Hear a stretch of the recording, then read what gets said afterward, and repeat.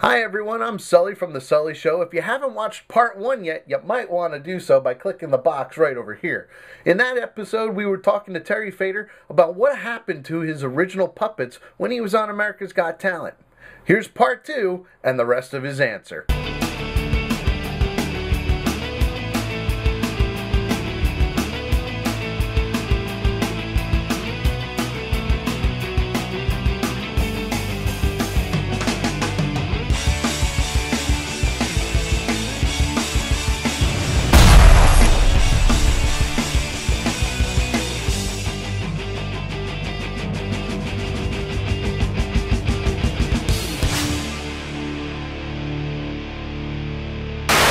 Well, I didn't realize. I thought if you bought a puppet that you were pretty much paying for the right. I was clueless. I'd never had any kind of exposure to the big time at all. So, Right.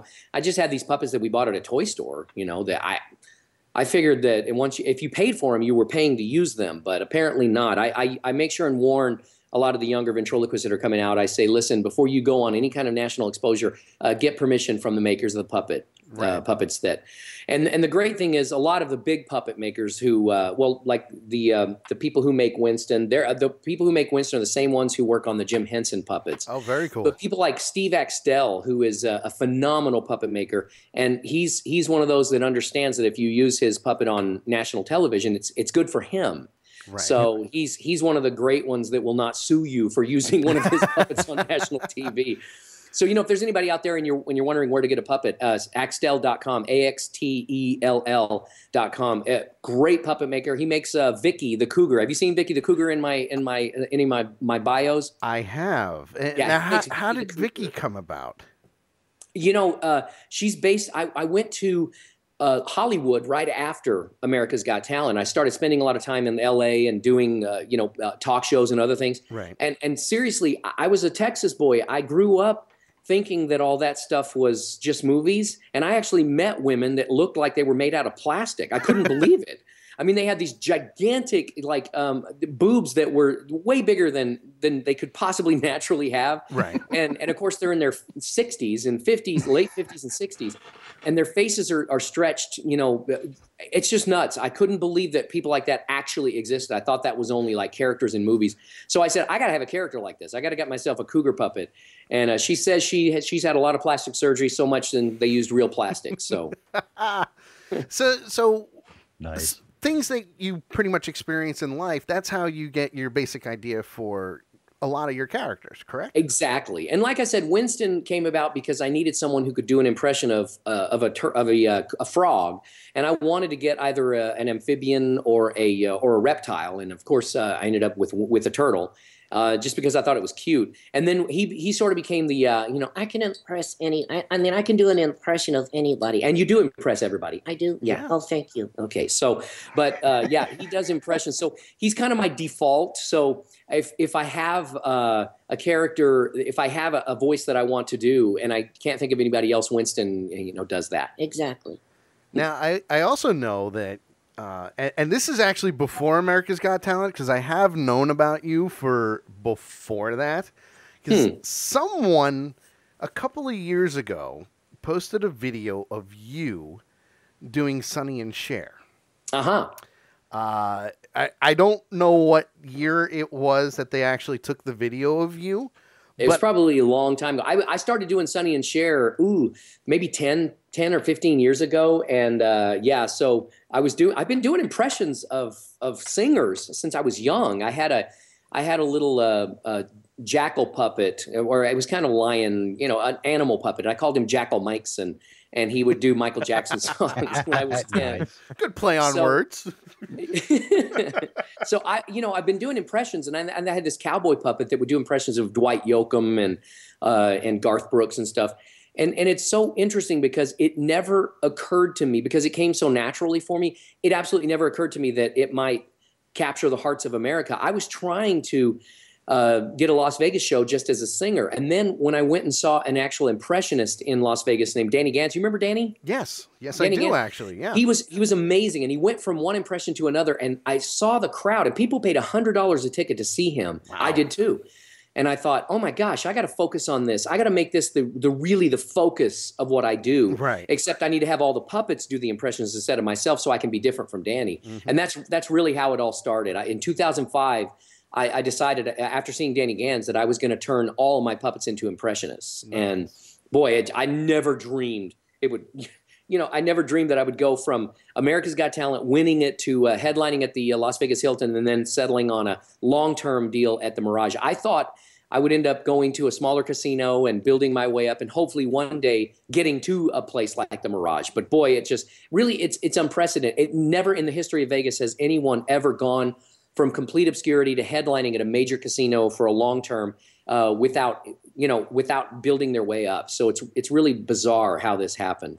But in a lot of ways, you did build yourself up because you have the years of experience doing this. I mean, like you said, you were in a band way before America's Got Talent. No, you definitely paid your dues. No, I did pay my dues. I mean, I started doing ventriloquism when I was 10. I did that all the way through high school and college.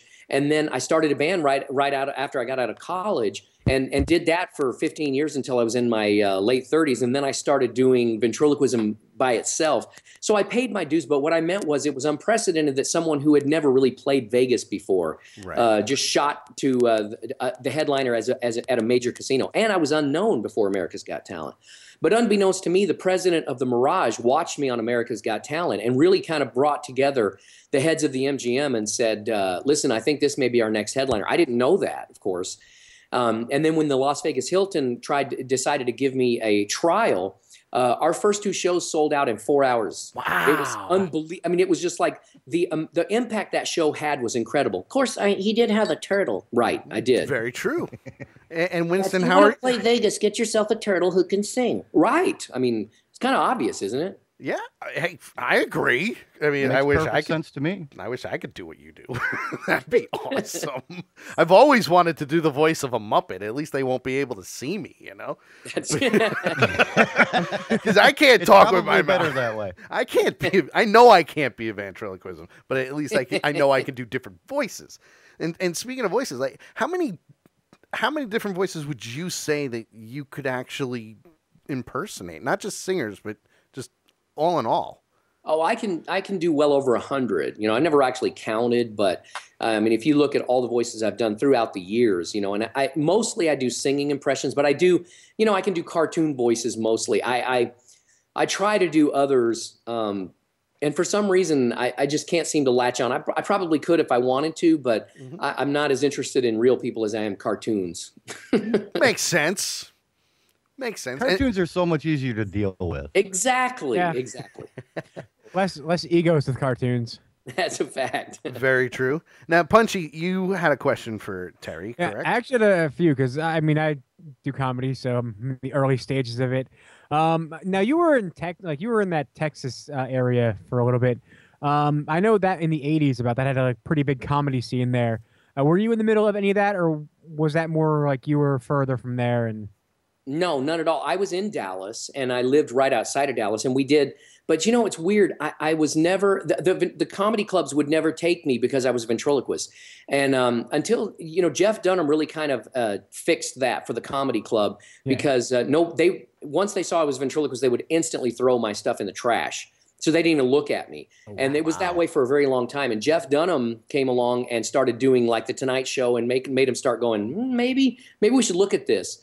But by that time, I was already doing really, really well playing fairs and other things. I was making probably 5 times the amount at a fair that I would have at a comedy club. So I was much more happy doing the fairs. And same thing with schools. That's why I was doing schools. I was making, I went from in about a span. I started in 2000 and 2001, and I think I made $8,000 in 2001.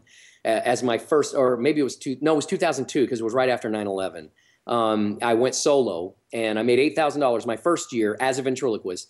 And within 2 years, starting to play fairs in schools, I was making over $100,000 just doing it. I was working 3 to 5 shows a day, and I was working 12 months a year. So it was there was no days off, there was no time off, and so it was very difficult. But I was making a good living at it, I'm not sure what they're barking at. But no idea. They want to get involved in the interview. Yeah, right?